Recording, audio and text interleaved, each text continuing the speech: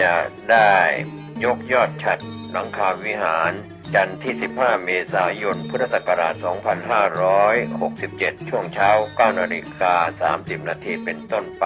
ท่านที่จะสอบถามรายละเอียดและร่วมทำบุญติดต่อได้ที่พระครูประภัชชัยคุณ เจ้าอาวาสวัดชัยสถานป่าเท่าน้อย เจ้าคณะตำบลสันปุดอยเขต 2 อำเภอดอยสะเก็ดจังหวัดเชียงใหม่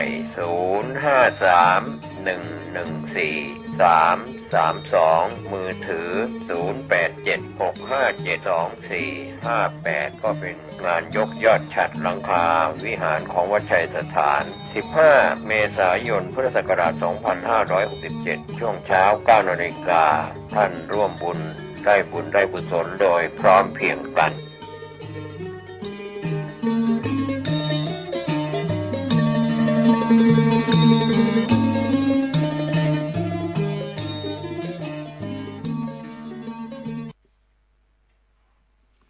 ขอเจริญสุขญาติโยม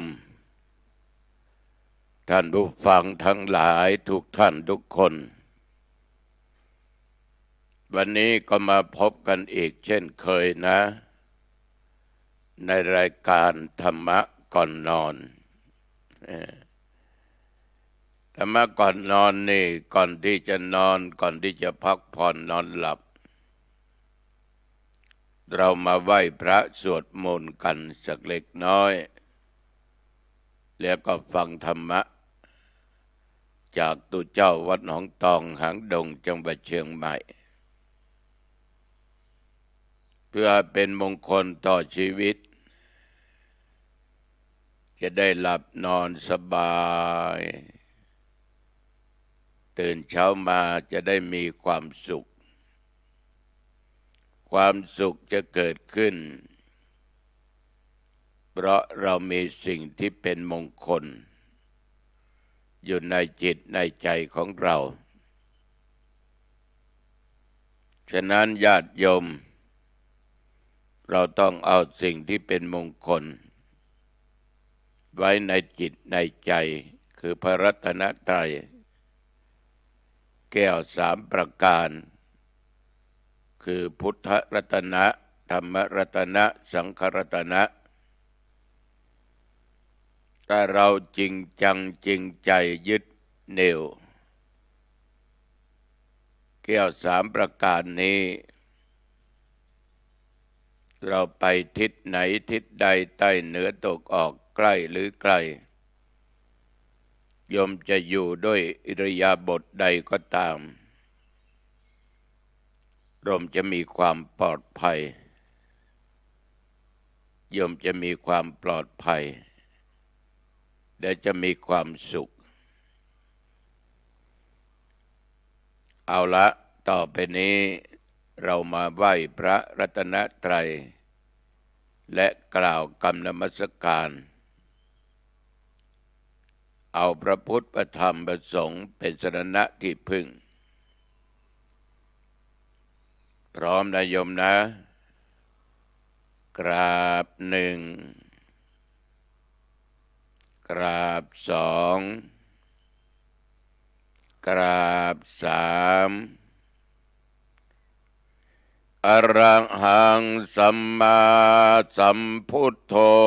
ภควาพระผู้มีพระภาคเจ้าเป็นพระอรหันต์ดับเพลิงกิเลสเพลิงทุกข์สิ้นเชิงตรัสรู้ชอบได้โดยพระองค์เองพุทธังภควันตังอภิวาเทมิข้าพเจ้าอภิวาทพระผู้มีพระภาคเจ้าผู้รู้ผู้ตื่นผู้เบิกบานกราบพระพุทธสวากขาโตภควตาธัมโมพระธรรมเป็นธรรมที่พระผู้มีพระภาคเจ้าตรัสไว้ดีแล้วธัมมังนัมสสามิ ข้าพเจ้านมัสการพระธรรมกราบพระธรรมสุปฏิปันโนภควโตสาวกสังโฆพระสงฆ์สาวกของพระผู้มีพระภาคเจ้าปฏิบัติดีแล้วสังฆังนัมมามิข้าพเจ้านอบน้อมพระสงฆ์กราบพระสงฆ์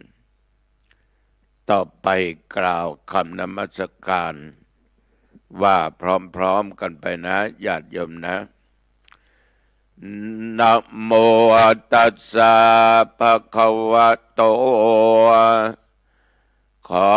นอบน้อมแด่พระผู้มีพระภาคเจ้าพระองค์นั้นอรหัตโต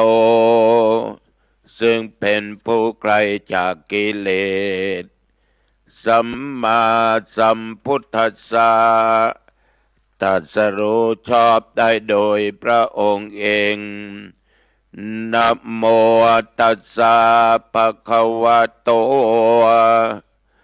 ขอนอบน้อมแด่พระผู้มีพระภาคเจ้าพระองค์นั้นอรหัตโตซึ่งเป็นผู้ไกลจากกิเลสสัมมาสัมพุทธัสสะ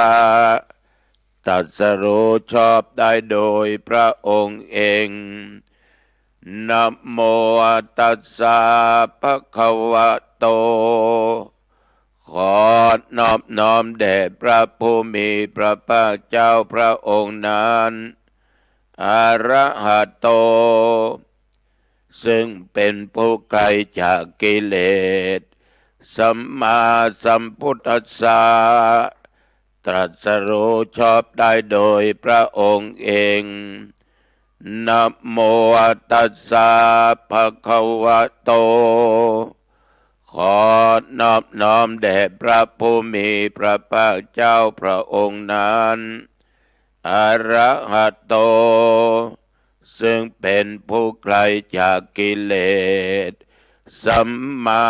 สัมพุทธัสสะตรัสรู้ชอบได้โดยพระองค์เองกราบหนึ่งกราบสองกราบสาม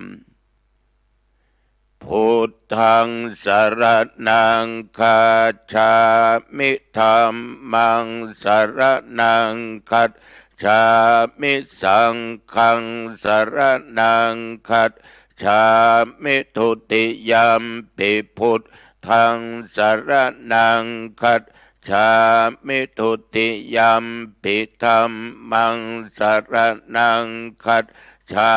มิทุติยัมปิสังฆังสรณังคัจ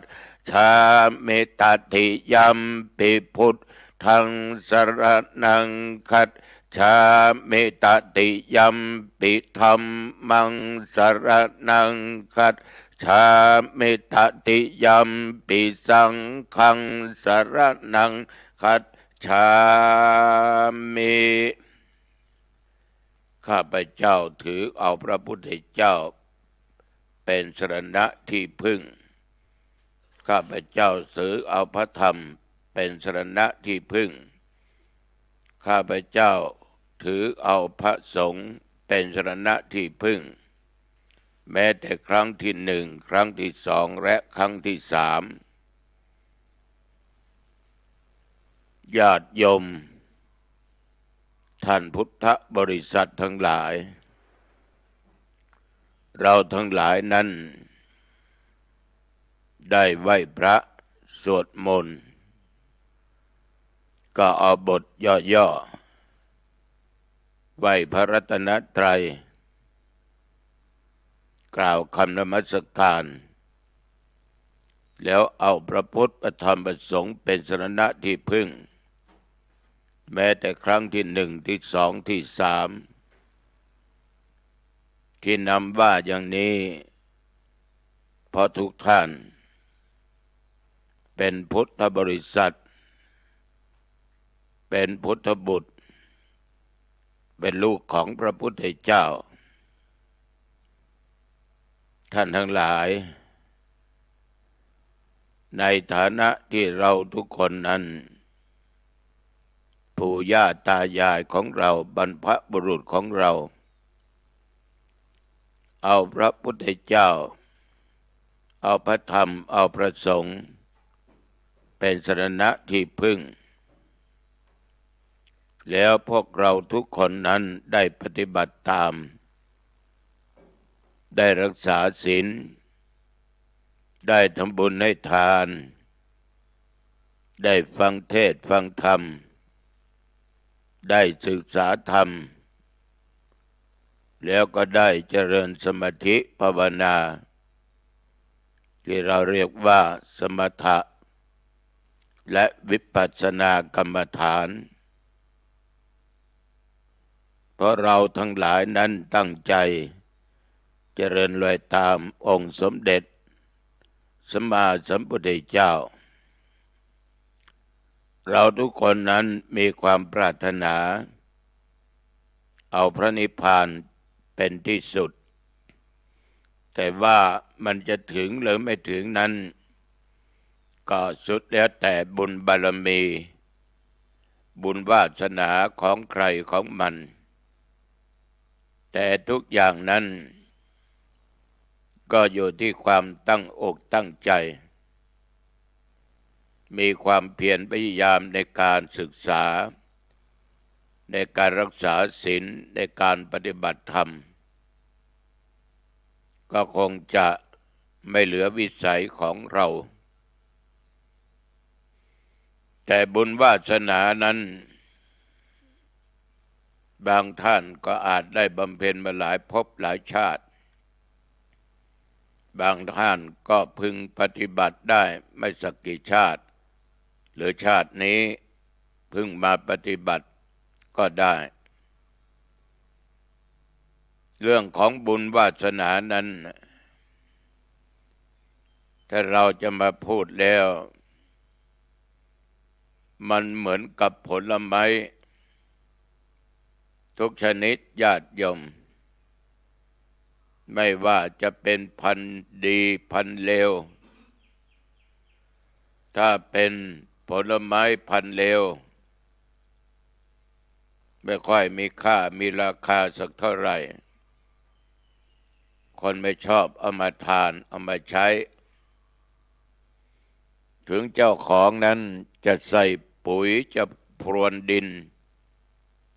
ทำดีอย่างไรก็ตามจะรดน้ำอยู่ตลอดก็ยากมากที่จะทำให้ผลไม้นั้นดกขึ้นเพราะไรญาติโยมมันเป็นพันธุ์ที่ไม่ดีคนเราก็เช่นเดียวกันถ้าไม่ละไม่เลิกไม่หนีไม่ห่างไม่ไกลความเลวความชั่วหรือบาปอกุศลต่างๆแล้วมันก็ยากที่จะได้ผลในทางที่ดีมันก็จะดิ่งลงไปในทางต่ำอยู่ตลอดเวลาเหมือนผลไม้เลวพันธุ์เลวเราใส่ปุ๋ยรดน้ำต้องการให้มันมีผลเยอะๆมีคุณค่าแต่มันก็มีไม่มากแต่ถ้าจะทำให้มีรสขึ้นกว่าเดิมนั้นมันก็ยังยากอยู่โยมตรงกันข้ามกับผลไม้ดีผลไม้ดีนี่ไม่ว่าจะเป็นทุเรียนหมอนทองก้านยาวหรือหลงนำแลหรืออะไรก็ตามมะม่วงลิ้นจี่ตลอดจนผลไม้ต่างๆถ้ามันเป็นพันธุ์ที่ดีนั้น ที่คนเขาชอบปลูกขายได้ทานอร่อยแม้แต่รดน้ำพรวนดินไม่ต้องมากนะเป็นบางครั้งบางคราวพอดิบพอดีผลไม้นั้นก็จะให้ผลมากแล้วก็ให้ผลเกินคาดรสชาติก็โอชาอร่อยขายได้ก็ได้ตังค์เพราะจะมีคนมาเสาะหาเสาะซื้ออยู่ตลอดเวลานี่พูดถึงผลไม้นะแต่ว่าเรามาพูดถึงบุคคลคนบางคนนี่เหมือนกับญาติกับโยมที่นั่งฟังรายการธรรมะก่อนนอนจากตุเจ้าหนองตองนี่คือเราสั่งสมคุณงามความดีมาก่อนท่านทั้งหลายจะสังเกตเห็นได้ว่าชีวิตของแต่ละคนที่เกิดมาในโลกนี้ไม่ว่าเพศหญิงเพศชายไม่ว่าโยมและอาตมะมันจะมีการแตกต่างกันอยู่มากสังเกตได้คนบางคนเกิดมามีฐานะมีทรัพย์สมบัติมาเกิดในตระกูลที่มั่งคั่งบางครั้งก็มาเกิดในตระกูลที่ยากจนมีความทุกข์เมื่อเป็นเด็กเป็นหนุ่มเป็นสาวบางคนก็ดีนะถึงวัยกลางคนขึ้นมาก็สร้างสถานะมีทรัพย์สมบัติร่ำรวยมีเงินมีทองมีข้าวมีของมีสิ่งที่ตัวเองปรารถนาได้คนเหล่านี้ญาติโยมอดีตชาติเมื่อเป็นเด็กเป็นหนุ่มเป็นสาวไม่ค่อยเข้าวัดไม่ค่อยทำบุญเรื่องให้ทานรักษาศีลฟังเทศน์ฟังธรรมไม่เอาไม่สนใจมัวแต่เที่ยวเล่นกินนอนฉะนั้นเกิดมาเบื้องต้นเป็นเด็กเป็นหนุ่มสาวก็ทุกข์ยากแต่ว่าบุญในชาติปางก่อนเขามีที่ได้สร้างไว้เมื่อมีครอบครัวก็ทำบุญให้ทานรักษาศีลฟังเทศน์ฟังธรรมเจริญเมตตาภาวนาก็มั่งมีสีสุขมีฐานะดีเพราะได้สร้างได้คราวเมื่อมีครอบครัวเกิดมาชาตินี้จึงได้พบในสิ่งเหล่านั้นบางคนนี่ทุกข์มาตลอดแต่มาสบายบั้นปลายถึงวัยชราแล้วลูกเต้าเลี้ยงดูแลรักษาเพราะได้บุตรที่ดีลูกที่ดีเนี่ยญาติโยมเราจะเห็นได้ว่าบุญวาสนาของคนแต่ละคนแตกต่างกันบางคนเกิดมาในกองเงินกองทองฐานะพ่อแม่ร่ำรวยมั่งคั่งพ่อแม่ตายไปตกอับมัวเล่นมัวเที่ยวมัวกินไม่ทำการทำงานอะไรมีทรัพย์สมบัติสืบทอดมาจากพ่อแม่เท่าไหร่เอาไปเล่นหมดถึงกับเกิดความหายนะหมดเนื้อหมดตัวเป็นหนี้เป็นสินเขาถูกยึดไปอีกก็ต้องจากโรยมาเป็นจนอดีตชาติเมื่อหนุ่มได้ทำบุญทำกุศลเยอะ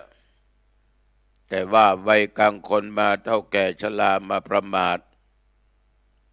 ไม่ทำแล้วทำมาตั้งแต่เมื่ออายุหนุ่มน้อยแล้วเท่าแก่แล้วไม่ต้องทำเลยไม่ไปวัดไม่ฟังเทศน์ไม่ให้ทานไม่รักษาศีล ไม่สร้างบุญสร้างกุศลอะไรญาติโยมจึงตกอับเมื่อวัยเท่าแก่ชรามีลูกก็ไม่ได้ดูแลเลี้ยงดูนี่ตุเจ้าไม่ได้ว่าใครนะบางคนเกิดมาจนตลอดตาย จนตลอดตายญาติโยมเพราะอดีตชาติพบก่อนไม่ได้สร้างอะไรไว้บางท่านบางคนเหมือนโยมที่นั่งฟังตุเจ้าอยู่นี้มีทรัพย์สมบัติไม่อดไม่อยากถึงไม่ร่ำรวยเป็นเศรษฐีมหาเศรษฐีอภิมหาเศรษฐีแต่ก็มีเงินมีทองมีวัตถุมีปัจจัยอะไรหลายอย่างก็ใช้จ่ายได้มีความสุขตลอดมีลูกมีเต้าก็เป็นลูกกตัญญูกตเวทิตาคอยดูแลเลี้ยงดูพ่อแม่มาด้วยดีตลอดก็เรียกว่ามีความสุขตั้งแต่ต้นจนดับชีวีหรือจนตายเพราะสร้างบุญวาสนามาดีญาติโยมท่านผู้ฟังบางคนเกิดมาอวัยวะไม่สมประกอบเพราะว่าได้ผิดศีลผิดธรรมบางคนเกิดมาสรีระร่างกายสะสวยงดงามผิวพรรณวรรณะดีถ้าเป็นผู้หญิงก็ว่าสวยดีนะถ้าเป็นผู้ชายก็รูปหล่อ ตัวเจ้าน้องตองไม่เข้าข่ายสักอย่างเลย มีแต่เสียงไอ ให้ญาติโยมได้ฟังกันญาติโยมทั้งหลายเป็นผู้หญิงที่หน้าตาสะสวยถึงไม่ได้เป็นนางเอกนะไม่ได้เป็นนางงามจักรวาลแต่เราก็มีผิวพรรณวรรณะดีสมประกอบทุกอย่างก็เรียกว่าสวยดีแล้วรอดีแล้วเพราะอดีตชาติเราได้รักษาศีลนะเรามีศีลเรามีธรรมบางคนเกิดมาปัญญาเต่าตุ่นคิดอะไรไม่ออกคิดไม่ทันเขาคิดไปตั้งไกลมันยังคิดไม่ออกบอกก็ยังไม่ถูกเขาดูถูกดูแคลนอีกเป็นคนที่มีปัญญาเบาคิดอะไรไม่เป็นเพราะอดีตชาติไม่ได้เจริญสมาธิภาวนาสมาธิคือความตั้งใจมั่นภาวนานั้นทำให้เกิดตัวปัญญาคือความรอบรู้คนที่ไม่เคยปฏิบัติมันจะไม่มีความรู้ไม่มีแสงสว่างแห่งปัญญาอยู่ในจิตในใจลำบากมากเราสังเกตดูเด็กที่เกิดมาเราทั้งหลายที่เกิดมาครอบครัวเดียวกันนะพ่อแม่เดียวกันแต่มีความเฉลียวฉลาดปัญญาแตกต่างกันมาก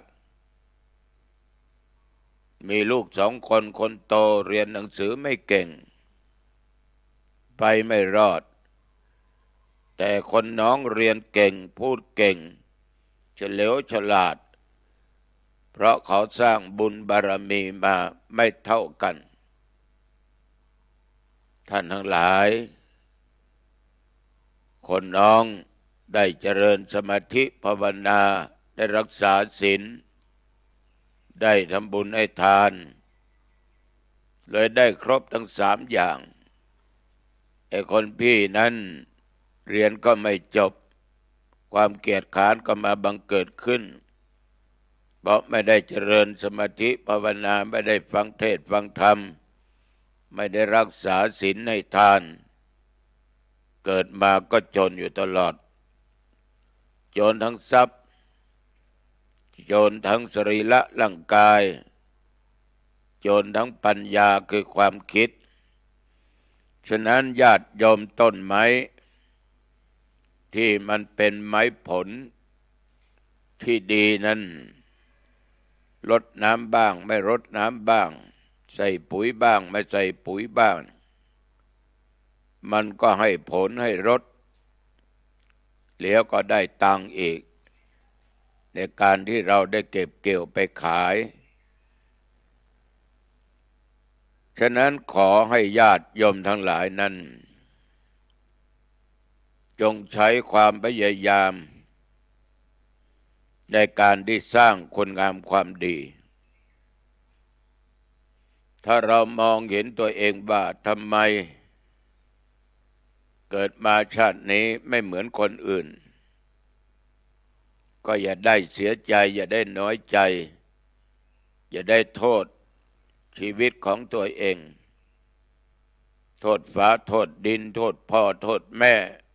โทษบุญวาสนาโทษเทวดาหาว่าลำเอียงอย่าโทษปีโทษกลองไม่ได้เพราะสิ่งเหล่านี้ใครสร้างมาอย่างไรก็จะปรากฏผลเป็นอย่างนั้นเมื่อเราสำนึกได้ก็ต้องพยายามทำความดีไว้ด้วยการให้ทานตามอัตภาพตามฐานะของตัวเองและรักษาศีลฟังเทศน์ฟังธรรมศึกษาพระธรรมอันเป็นศาสนคำสอนของพระพุทธเจ้าของพระอรหันต์ทั้งหลายแล้วก็เจริญสมาธิภาวนาไปความพยายามอยู่ที่ไหนญาติโยมความสำเร็จก็จะเกิดขึ้นที่นั่นคนเหล่านี้ถ้าไม่มีความพยายามมีแต่ความท้อแท้ไม่มีความอดทนท้อแท้ต่อชีวิตของตัวเองแล้วมันก็ไปไม่รอดวันนี้ขอนำเอาเรื่องบุญมาพูดหน่อยพูดหลายครั้งแล้วนะเพราะทุกวันนี้โยมไปที่วัดก็ต้องการบุญเวลาให้ทานฟังตัวเจ้าหนองตองบรรยายในธรรมะก่อนนอนก็ต้องการได้บุญได้ปัญญาได้ความรู้โยมได้รับศีลก็ต้องการได้บุญเกิดจากการรักษาศีลบุญนี่นะญาติโยมโอ้ตกน้ำไม่ไหลตกไฟไม่ไหม้นะไม่ใช่ว่าตุเจ้าหนองตองก็มีบุญโยมก็นี่มีบุญช่วยกันเอาโยนลงแม่น้ำทะเลน้ำเป่งน้ำเจ้าพระยาเวลาน้ำมันไหลมันเชี่ยวไม่ใช่มันไม่ไหลนะมันไหลจมเหมือนกันแต่ที่บอกว่าคนดีมีบุญวาสนาตกน้ำไม่ไหลตกไฟไม่ไหม้คนเหล่านี้อยู่ที่ไหนก็อยู่ได้สบายจะอยู่กับสังคมคนเลวก็อยู่ได้สังคมที่ดีก็อยู่ได้ที่เจริญก็อยู่ได้ไม่เจริญก็อยู่ได้เพราะเขามีบุญมีวาสนามีดีอยู่ในจิตในใจอยู่ได้ทั้งนั้นบุญนี่คือสิ่งที่เกิดขึ้นในจิตใจแล้วก็ทำให้จิตใจใสสะอาดญาติโยมทั้งหลายปราศจากความหมองมัวก้าวขึ้นสู่ภูมิที่ดียกระดับชั้นขึ้นไปคนที่มีบุญนั่นน่ะจิตใจเขาจะไม่หวั่นไหวนะโยมนะจิตใจจะมีแต่ความสงบ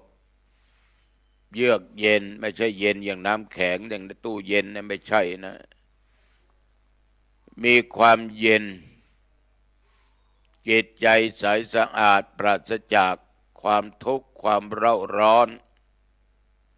เพราะเขาเป็นผู้มีบุญฉะนั้นเมื่อจิตใจมันสงบก็ทำให้คิดเฉพาะในสิ่งที่ดีที่ถูกที่ควรที่เป็นประโยชน์ก็เช่นว่าทำอะไรก็ทำดีแหละพูดก็พูดดีคิดก็คิดดีเพราะใจมันดีใจมันสงบใจมันตั้งมั่นสาธุชนญาติโยมท่านผู้ฟังคนที่ทำอะไรอะไรไม่ดีนั่นนะหรือพูดอะไรไม่ดีคิดอะไรก็ไม่ดีเนี่ยใจมันไม่สงบหรอกจิตใจมันมัวหมองเศร้าหมองมันไม่สะอาดสิ่งไหนไม่สะอาดก็มีแต่กลิ่นเหม็นนะมันไม่สะอาดมันก็เหม็นเน่าเฟะเมื่อมันเน่าเฟะมันก็มีแต่ความทุกข์มันจะไม่มีความสุขเกิดขึ้นฉะนั้นบุญถ้าเกิดกับใครแล้วใจจะสงบเมื่อจิตใจสงบมีใจตั้งมั่นการกระทำก็จะทำดีไม่ฆ่าสัตว์ไม่ลักไม่โลภไม่โกงไม่ประพฤติผิดในกามในสามีภรรยาคนอื่นไม่ใช่เหมือนใครบางคนนี่จิตใจไม่สงบคิดอยากจะได้เมียเขามาเป็นของตัวเราเองคิดจะแย่งผัวเขามาเป็นผัวของตัวเองอยากได้ทรัพย์สมบัติของคนอื่นอยากฆ่าให้มันตายอยากทำร้ายมันคิดอย่างนี้ตลอดเวลาพูดก็พูดโกหกไม่ตรงกับความเป็นจริงชอบดุชอบด่าว่าคนนั้นว่าคนนี้ติฉินนินทาชาวบ้านว่าเล่าหน้าจ๋าขวน เรียกว่าอยู่ที่ไหนก็ติฉินนินทาคนนั้นบางคนก็ชอบขี้โม้ขี้โอ้ขี้อวดปั้นน้ำเป็นตัวของที่ยังไม่มีก็ปั้นขึ้นมาว่ามันมีเหล่านี้เป็นต้นญาติโยมทั้งหลายในสังคมปัจจุบันเนี่ยปั้นน้ำเป็นตัวมีเยอะอาตมาเคยบอกญาติโยมว่าผีนั่นไม่กลัวมันหลอกหรอกไม่กลัวผีหลอกทุกวันกลัวผีที่นั่งได้นอนได้เดินได้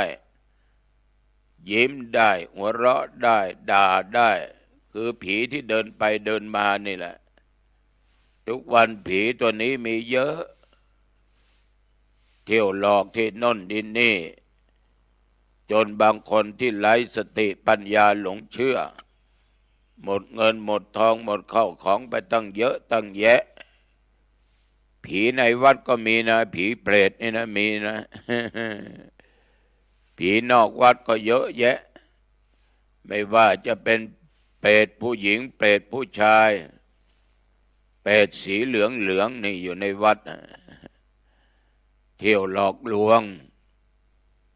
ญาติโยมทั้งหลายก็ขาดสติขาดปัญญาขาดความตรึกตรองพิจารณาหลงเชื่อเมื่อเชื่อก็ทุ่มเททุกสิ่งทุกอย่างในที่สุดก็ต้องมานั่งเศร้าใจเสียใจมีเยอะมีแยะในสังคมปัจจุบันนี้ฉะนั้นญาติโยมท่านผู้ฟังทั้งหลายเราทั้งหลายนั้นต้องพยายามหนีผีให้พ้นผีที่ไม่ตายเนี่ยหนีให้ไกลๆแต่ผีที่ตายคนที่ตายกลายเป็นผีไม่ต้องกลัวนะไม่ต้องกลัวเพราะเราเป็นคนมีบุญมีวาสนามีเมตตาธรรมกรุณาธรรมมีการเผื่อแผ่อยู่ตลอดเวลาเนี่ยไม่ต้องกลัว เราดูแลเขาเขาก็ดูแลเราฉะนั้นญาติโยมท่านผู้ฟังทั้งหลายการทำบุญการสร้างคุณงามความดีนี่จิตใจเราจะโปร่งใสใจเราจะไม่อึดอัดมันจะมีแต่ความอิ่มเอิบไม่กระสันกระสับกระส่ายชุ่มชื่นเบิกบานสบายผ่อนคลายไม่ตึงเครียดมีความนุ่มนวลญาติโยมอยู่ไหนก็เป็นสุขผิวพรรณวรรณะก็จะดีจะเปล่งปลั่งดูใบหน้าก็รู้นะคนที่มีบุญเนี่ยมีดีอยู่ในจิตในใจใจใสสะอาด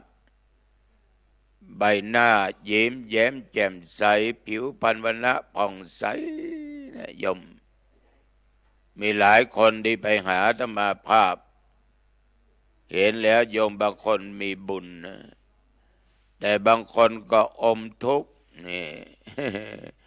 ใบหน้ามันแสดงออกผิวพรรณวรรณะแสดงออกแต่มาดูเจ้าพระคุณสมเด็จพระสังฆราชองค์ปัจจุบันนี้นะท่านมีพระชนมายุถึง96-97 ปีนั่นนะดูผิวพรรณวรรณะของพระองค์ท่านนั้นเปล่งปลั่งนะเปล่งปลั่งสุขภาพของท่านดีมากๆอายุได้ถึง96-97 ปีพระมหาเถระในเชียงใหม่ก็หลายรูปที่มองดูนั้นผิวพรรณวรรณะดีมีหลวงพ่อองค์หนึ่งอยู่เชียงใหม่เป็นอดีตเจ้าคณะจังหวัด80 กว่าแล้วดูผิวพรรณวรรณะหน้าตาเปล่งปลั่งสดใสญาติโยมแสดงว่าจิตใจของท่านนั้นใสสะอาดไม่มีอะไรจะทำให้จิตใจท่านได้เศร้าหมองมัวหมองมันเหมือนผลไม้ที่มันดีพันธุ์มันดีนั่นโยมมันจะไม่ถูกแมลงหรือแมงอะไรมาทำให้มันต้องเสียผิวก็ดีอะไรก็ดีเวลาจะขายราคาก็ได้ดีเอาไปทานก็อร่อยดีฉะนั้นญาติโยมท่านทั้งหลายคนทั่วไปทุกวันนี้อยากจะได้บุญกันนักหนาอยากจะได้บุญก็กระเสือกกระสนกันไปเสาะหาบุญกันแต่ว่าบางครั้งไปก็ไม่เจอบุญเจอแต่บาป เจอแต่บาปไม่เจอบุญเราจะเห็นได้บางท่านบางคนนี่เขาบอกว่าบุญเกิดที่นั่นบุญเกิดที่นี่ไปแต่ไปเจอบาปพระอาตมาได้เปรียบเทียบไว้เสมอว่าบุญจะเกิดพร้อมเป็นบุญจริง100%หนึ่งของที่ไปทำบุญต้องบริสุทธิ์ไม่ได้มาจากการค้าขายผิดศีลธรรมผิดกฎหมายบ้านเมืองไปหลอกไปลวงเขามาปล้นจี้เอาของมาญาติโยมของนั้นเป็นของมีเจ้าของเราเอามาไม่บริสุทธิ์ไปโลภไปโกงของเขามานี่ฉะนั้นของมาทำต้องบริสุทธิ์ญาติโยมต้องมีศรัทธาคือความเชื่อภาษาทะความเลื่อมใสต่อบุคคลที่จะกระทำต้องมีจิตเป็นศรัทธาอย่างจริงจังจริงใจไม่ใช่ว่าทำสักแต่ว่าทำต้องมีความเชื่อในทางที่ถูกต้องนะคนทำก็ต้องมีศีลมีธรรมแล้ว บุคคลที่ยอมจะให้นั้นหรือปฏิฆาหกคือผู้รับจะต้องเป็นผู้มีบุญมีศีลมีธรรมอยู่ในจิตในใจต้องเป็นผู้ที่มีจิตใจใสสะอาดไม่เสแสร้งใดๆไม่หลอกไม่ลวงใดๆทั้งสิ้นเหมือนดินนั่นน่ะเนื้อดินดีไม่เปรี้ยวไม่เค็มยมหว่านพืชปลูกพืชอะไรลงไปก็งอกเงยขึ้นมางามแล้วให้ดอกให้ผลดีให้ใบดีเราจึงบอกว่าเนื้อนาบุญญาติโยมท่านผู้ฟังทั้งหลายฉะนั้นบุญนี้จะว่าเอาง่ายก็ง่ายจะว่าเอายากก็ยากนะแต่เวลาทำบุญนั้นต้องทำไปตามความสามารถตามฐานะความเป็นอยู่ของตัวเองข้อนี้ตุตักเตือนอยู่ตลอดเวลาว่าเราทำเท่าที่เราทำได้ทำแล้วเราไม่เดือดร้อนไม่เป็นหนี้เป็นสินใครแต่มาภาพเห็นโยมบางคนนี่มีปัญหาในชีวิตก็ไปถามถามหมอ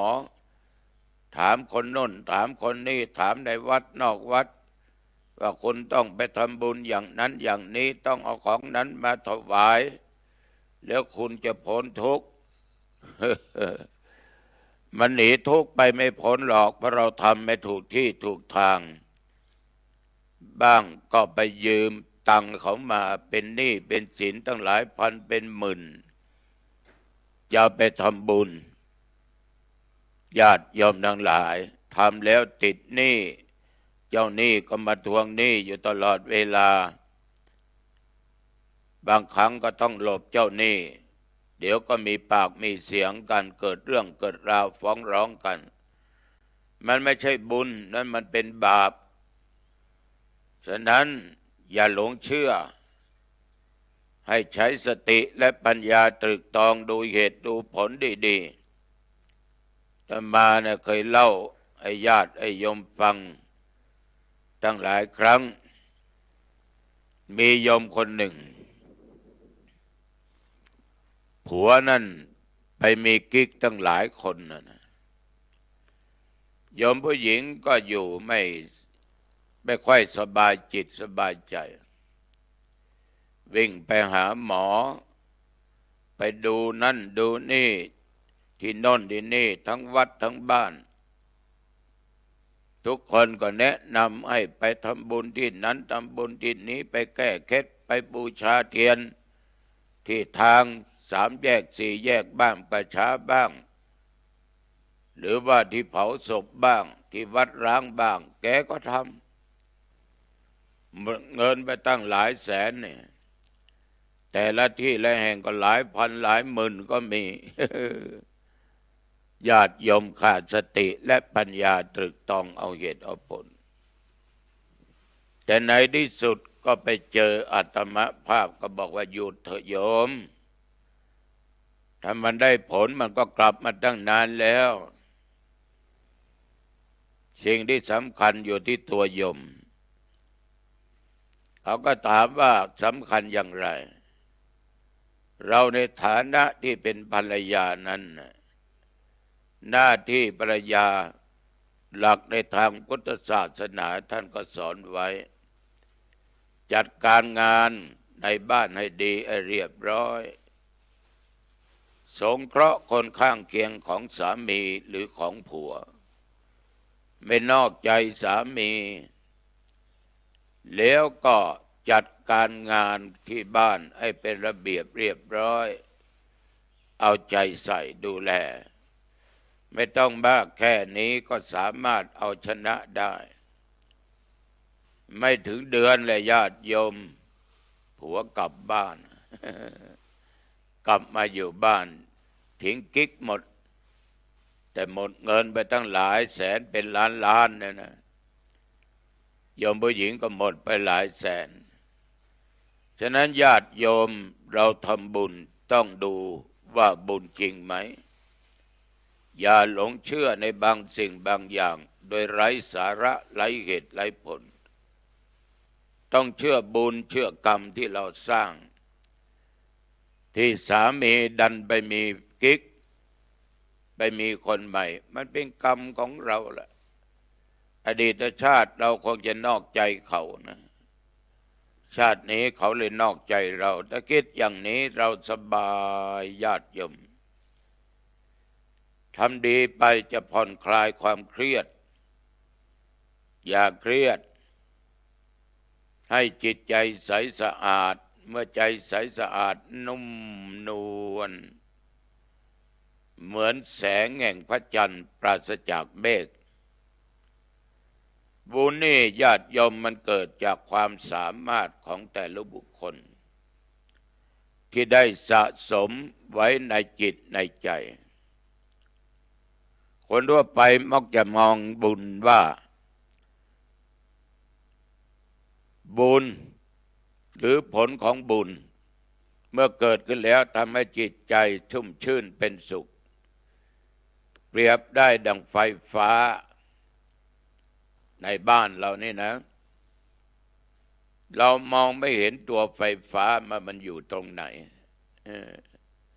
เห็นแต่แสงสว่างที่ออกจากหลอดไฟญาติโยมทั้งหลายแต่เราก็สามารถรับรู้อาการของไฟฟ้าได้เช่นว่าเมื่อไฟฟ้าผ่านเข้าไปในหลอดไฟแล้วก็เกิดแสงสว่างขึ้นหรือเมื่อผ่านเข้าไปในเครื่องปรับอากาศเราเปิดก็เย็นขึ้นไฟฟ้าในโรงงานไฟฟ้าในสถานที่ต่างๆก็สามารถกำจัดความมืดได้ในขอบเขตแต่แสงสว่างแห่งปัญญาของคนนี้มันสามารถกำจัดความมืดไปได้ไกลมากกว้างขวางมากฉะนั้นบุญก็เช่นเดียวกันถ้าบุญได้จริงๆด้วยความบริสุทธิ์มันจะนำสุขมาให้คุณสมบัติของบุญนั้นญาติโยมหนึ่งชำระกายวาจาให้สะอาดได้เพราะใดกายวาจาใจสะอาดเพราะมันไม่ทำบาปไงล่ะกายก็ไม่ฆ่าใครไม่ฆ่าสัตว์ตัดชีวิตไม่ข่มเหงใครกายก็สะอาดมือเท้าก็ไม่ได้เดินมือก็ไม่มาหยิบเอาของคนอื่นมาเป็นของตัวไม่ลักเล็กขโมยน้อยไม่เป็นโจรปล้นฆ่าเจ้าเอาของไม่โลภไม่โกงของใครมากายเราก็สะอาดใสบริสุทธิ์ไม่นอกใจสามีภรรยากายเราก็สะอาดไม่ด่าใครไม่โกหกใครไม่หลอกลวงใครไม่ติฉินนินทาใครไม่โอ้ไม่อวดไม่พูดปดไม่หลอกไม่ลวงวาจาก็ใสสะอาดจิตใจไม่โลภไม่โกรธและไม่หลงพอโลภโกรธหลงนั้นญาติโยมมันเป็นตัวกิเลสที่ทำจิตใจของคนเราเศร้าหมองเมื่อเราไม่โลภไม่โกรธไม่หลงใจก็สะอาดกายใจสะอาดได้ถ้าเราสร้างบุญนำความสุขความเจริญก้าวหน้ามาให้ได้บุญนี้ทำให้เราอยู่สุขสบายได้คนมีบุญอยู่ที่ไหนก็เป็นสุขถึงไม่ร่ำรวยเป็นเศรษฐีมหาเศรษฐีอภิมหาเศรษฐีอยู่ที่ไหนมีแต่คนกราบคนไหว้มีแต่คนยกย่องเชิดชูแต่ยุคปัจจุบันนี้ยกย่องเรียกว่าไม่มีเหตุไม่มีผลไม่มีปัจจัยทางที่ดีก็มีเยอะแยะกราบไหว้เพราะความหลงคิดเอาก็แล้วกันนะฉ ฉะนั้นญาติโยมบุญนำความสุขความเจริญก้าวหน้ามาให้คนดีอยู่ที่ไหนเหมือนที่ว่าตกน้ำไม่ไหลตกไฟไม่ไหม้เพราะไปอยู่สถานที่ใดสังคมใดจะมีแต่ความผาสุกไม่มีความเดือดร้อนแล้วก็บุญติดตามไปทุกฝีก้าวแม้ไปเกิดในภพหน้าชาติหน้าผลของการสร้างบุญก็ให้ผลในทางดีบุญเป็นของเฉพาะตนใครทำก็ใครได้แบ่งปันกันไม่ได้แต่บอกให้กันได้เหมือนจะมาบอกให้โยมช่วยกันหน่อยนะซื้อเครื่องมือการแพทย์ขึ้นช่วยหายใจไปห้องICUของโรงพยาบาลอังดงพระโรงพยาบาลไม่มีเครื่องช่วยหายใจไม่มีห้องICUญาติโยมก็ร่วมมือเพราะมันเป็นความเป็นจริงเราก็สามารถช่วยชีวิตคนได้จริง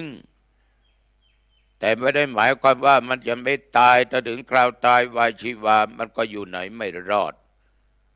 หมอก็ยังเจ็บหมอก็ยังตายตุ๊เจ้าก็ยังตายตนบุญก็ตายคนบาปก็ตายความตายไม่เว้นไม่ละทุกเพศทุกวัยทุกชั้นวรรณะไม่ว่าหญิงว่าชายแต่มันไม่น่าจะตายเราก็ต้องช่วยกันให้เขามีชีวิตอาตมาก็บอกไปฉะนั้นโยมบุญมันเป็นของเฉพาะตนนำมาซึ่งภพทรัพย์สมบัติทั้งหลายทั้งมนุษย์สมบัติทิพย์สมบัตินิพพานสมบัติให้แก่เราได้เป็นเกราะป้องกันภัยในวัฏสงสารเป็นปัจจัยให้บรรลุมรรคผลและนิพพานได้ฉะนั้นญาติโยมเรื่องของบุญตัวเจ้านำมาพูดก็เห็นว่าเป็นเวลาพอสมควรนะโยมอย่าประมาทในชีวิตนะเริ่มสร้างคุณงามความดีสร้างบุญละบาปและมหาบุญนะแต่กระทำต้องมีสติปัญญาตรึกตรองพิจารณาถึงเหตุถึงผลถึงเนื้อนาบุญที่เราจะกระทำด้วยนี่ฝากด้วยความจริงใจจากตัวเจ้าวัดหนองตองเอาโยมไปที่ไหนมาเข้าบ้านปิดประตูบ้านให้เรียบร้อยมั่นคงเข้าในบ้านในหอในเรือนปิดประตูทั้งหน้าต่างแล้วเก็บของมีค่าไว้เรียบร้อยนอกจากนั้นญาติโยมเก็บของที่จะใช้วันพรุ่งนี้ให้มันเห็นได้ง่ายๆกันลืมจะทานข้าวก็ทานจะทานอาหารว่างก็ทานแล้วอาบน้ำล้างหน้าแปรงฟันใส่ผ้าใส่ผ่อนที่มันสะอาดที่ชอบมันไม่อื่นอัดใส่เลยจะปะแป้งก็ตามถีตามใจเข้าห้องพระมันมีห้องพระก็ห้องนอนนั่นแหละเอาบนเตียงนั่นแหละทุกวันนี้ทำมาไหว้พระสวดมนต์นะส่วนมากตอนกลางคืนบนเตียงตอนตี 4บนเตียงบรรยายธรรมะก็บนเตียงเตียงนั้นนอนรักษากายภาพบำบัดบันทึกเสียงธรรมะอย่างเนี้ย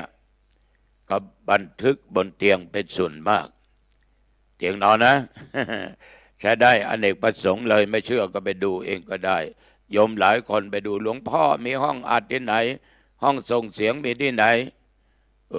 ดูเตียงนั่นสิเตียงโรงพยาบาลนั่นแหละ ญาติโยมกราบพระ5 หนกราบพระพุทธกราบพระธรรมกราบพระสงฆ์กราบพระในบ้านบิดามารดาแม่ผู้ให้กำเนิดผู้พ่อผู้ให้ชีวิตกราบพระครูบาอาจารย์ที่ท่านได้ให้ศิลปะวิชาความรู้ต่างๆแก่เราได้เป็นเนรเป็นตุเจ้าเพราะพระอุปชาเป็นผู้สร้างต้องกราบท่านเหล่านี้ไหว้พระ3 หนอรหังสัมมาอิติปิโสสวากขาโตสุปฏิปันโน